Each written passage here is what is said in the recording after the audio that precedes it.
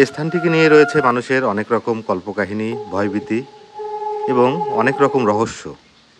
সব কিছু নিয়েই কথা বলবো আজ। বন্ধুরা, আমরা আছি এখন বরগাতি।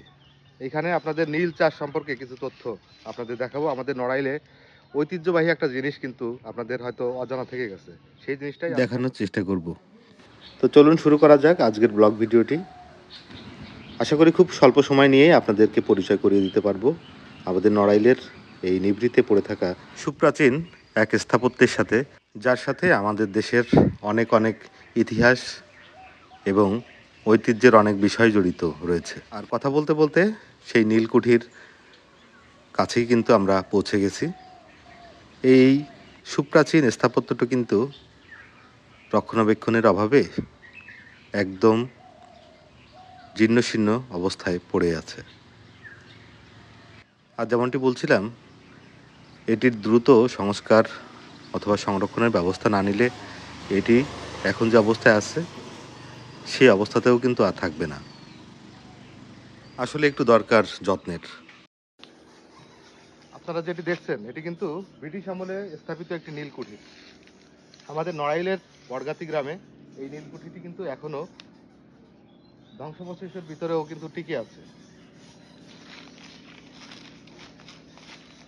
দেখুন, একটু যত্ন করে, একটু সরকারি সহযোগিতায় যদি এইখানটাকে একটু সংস্কার করে রাখা যায়, তাহলে আসলে দর্শনার্থীদের জন্য এই জায়গাটি হয়ে উঠতে পারে একটি অসাধারণ জায়গা। এই স্থাপত্যের চারপাশে অনেক অমীমাংসিত জিনিস রয়েছে, যেগুলো আজও মীমাংসিত হয় নাই। ঠিক তেমনি বিদেশি একজন মহিলার, ইংলিশ একজন মহিলার সমাধি এখানে কিন্তু আছে, সেটিও আমরা দেখাচ্ছি। তার আগে একটু সৌন্দর্যটি দেখুন এবং বোঝার চেষ্টা করুন আসলে প্রত্নতাত্ত্বিকভাবে এই জায়গাটি কতটা সৌন্দর্যমণ্ডিত এবং আসলে কতটা মূল্যবান আমাদের দেশের জন্য। একদম চিত্রা নদীর পাড়েই কিন্তু অবস্থিত এই নীলকুঠি। যে বটগাছটি দেখলেন সেটি কিন্তু পড়ে আছে ঠিক যেমনটি স্মৃতি হয়ে পড়ে আছে এখানকার সেই নীলকুঠিটি। পাশেই কিন্তু চিত্রা নদী দেখতে পাচ্ছেন।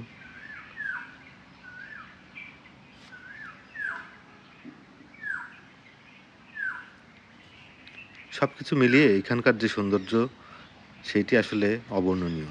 কিন্তু শুধুমাত্র সংস্কার, অবহেলা, অযত্ন এসবের কারণে কিন্তু এখানে লোকজন যায় না।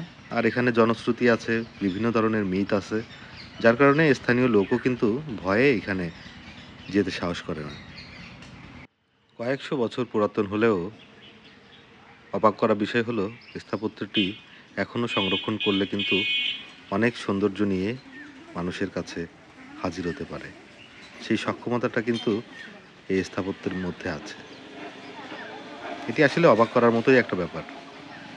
এই প্রত্নতাত্ত্বিক বিষয়গুলো যদি আমরা ধরে রাখতে পারি, তাহলে কিন্তু আমাদের পরবর্তী প্রজন্ম এখান থেকে ইতিহাসের অনেক অনেক মূল্যবান জিনিস সম্পর্কে জানতে পারবে।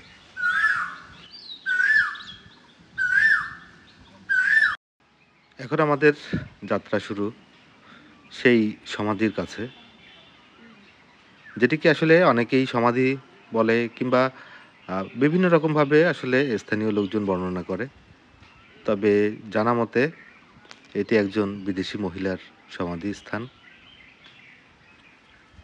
এটিও কিন্তু সেই পুরাতন স্থাপত্যেরই একটি অংশ। তো ভিডিও শেষ প্রান্তে কিছু কথা একবারে আপনাদের বলে যেতে চাই। এই স্থানটিকে ঘিরে রয়েছে নানান রহস্য, রয়েছে অনেক গল্প লোকমুখে।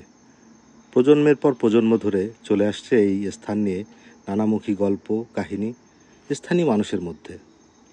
1770 খ্রিস্টাব্দ থেকে শুরু হওয়া নীল চাষের জন্য নির্মিত হতে থাকা নীলকুঠিগুলোর একটি হলো এই নীলকুঠি। সংরক্ষণের অভাবে জীর্ণ দশা এই প্রাচীন স্থাপত্যের। নড়াইল সদর উপজেলার সিংহাসলপুর ইউনিয়নের বরগাতি গ্রামে অবস্থিত এই নীলকুঠি।